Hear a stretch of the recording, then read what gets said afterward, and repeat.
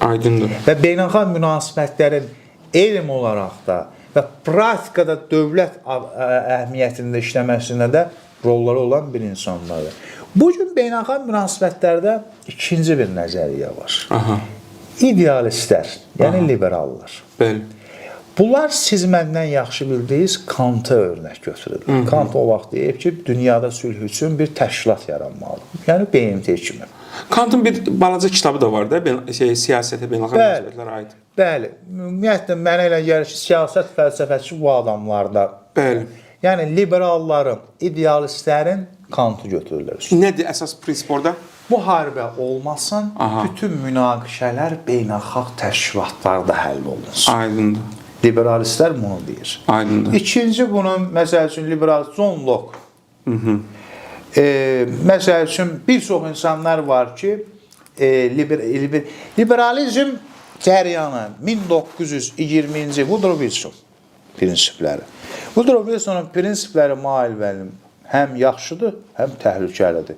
Millətlərin özünün müqəddəratını təyin etmə.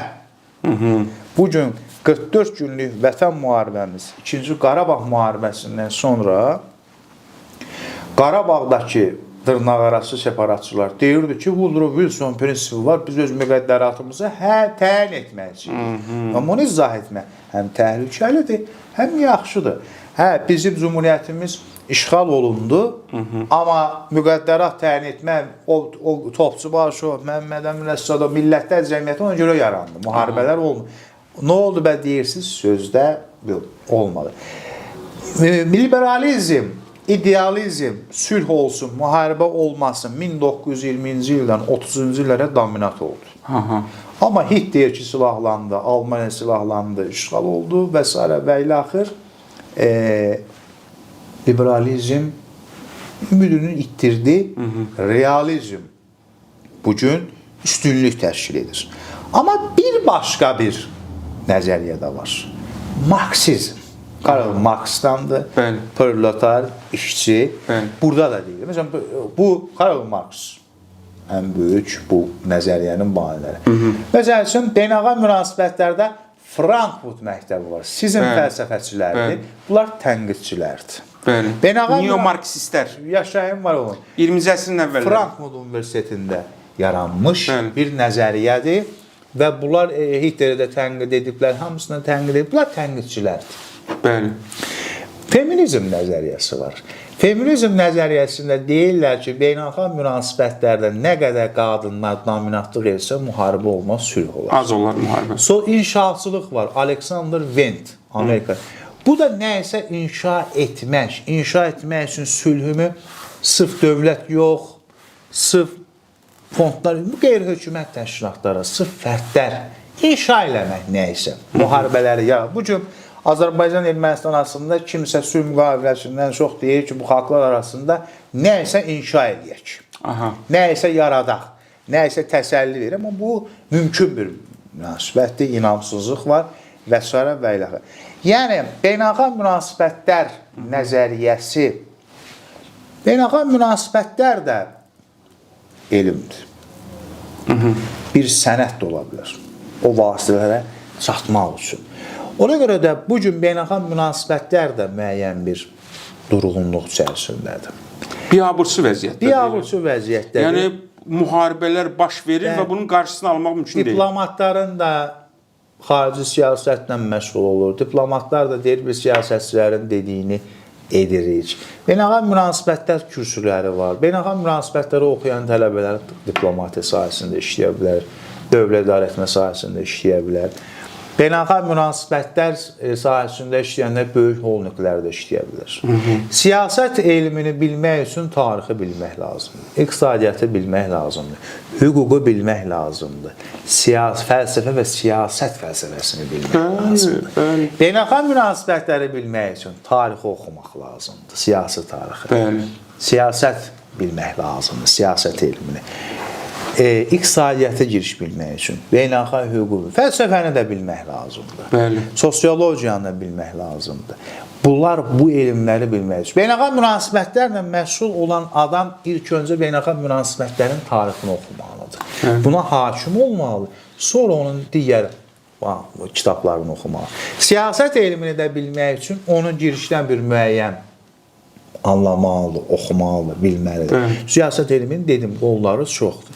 Yəni siyasət elmi, beynəlxalq münasibətlər, siyasətlə beynəlxalq münasibətlər mənə elə gəlir ki, biri daxili, biri xarici bilir.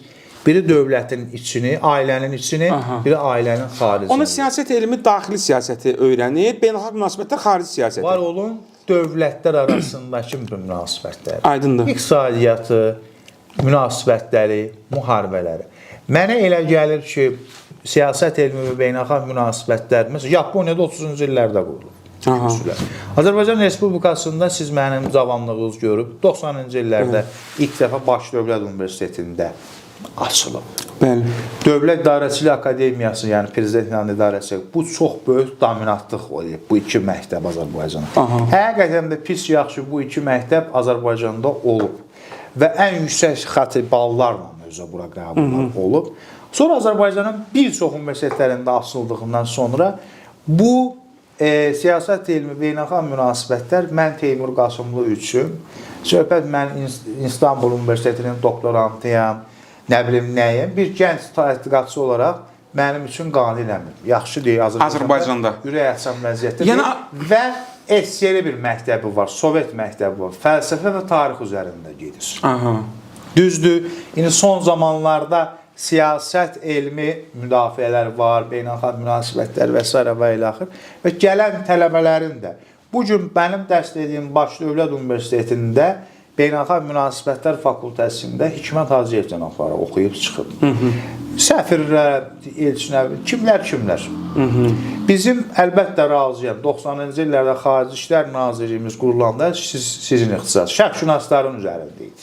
Tofiq Zülfüqarov, şərqşünası, Araz Əzimov, şərqşünaslar, iç xarici işlər fizik, iç xarici işlər nazirimiz Alman dili üzərində. Rəhmətli Vəfa Quluzadə, şərqşünası və s. Dominatlıq onlar eləyirdi. Bu gün də. Amma iç beynəlxalq münasibətlərə qurtarmış xarici işlər nazirimiz Elmar Məmmədyorov. Amma mənə elə gəlir ki, tolerant keçiş olub. Xarici İşlər Nazirliyinə siyasət beynəlxalq münasibət diplomu olmayıb, amma çox güclü hiyləgər diplomat olub. Kim? Talleyrand, Charles Talleyrand. Kitabı da var, bioqrafiyası da var.